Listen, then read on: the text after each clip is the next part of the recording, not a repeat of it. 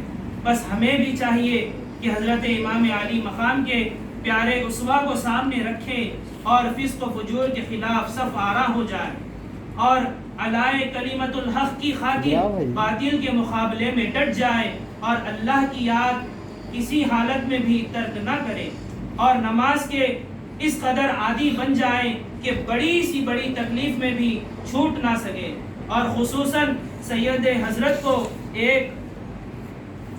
حضرت کی جو شہادت ہوئی اس کو یاد کرے اور اپنی نماز کو اس سید شہید کی خاطر اپنی نماز کو ضائع نہ کرے۔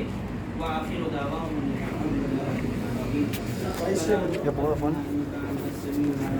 وتب علينا إنك أنت التواب الرحيم صلى الله على خير خلقه سيدنا محمد وعلى آله وأصحابه أجمعين والحمد لله رب العالمين۔ جی تھوڑا ایسا آپ لوگ پڑھ جائیے، تھوڑا آپ لوگ تھوڑا جگہ بنا کے تھوڑا آپ لوگ چلو، تھوڑا ایسے ہو جاؤ، تھوڑا قبلے کی طرف بدر بھائی ایسا اسی دیوار کو سر لگاؤ۔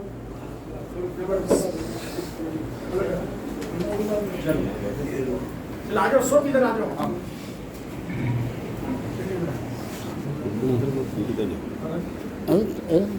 آپ ادھر چلیے دوسرے لوگوں کو بتاتے ہیں وہ چلو چلو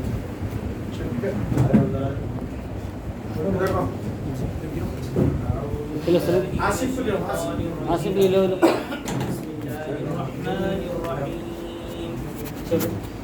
لا يستوي أصحاب النار وأصحاب الجنة أصحاب الجنة هم الفائزون لو أنزلنا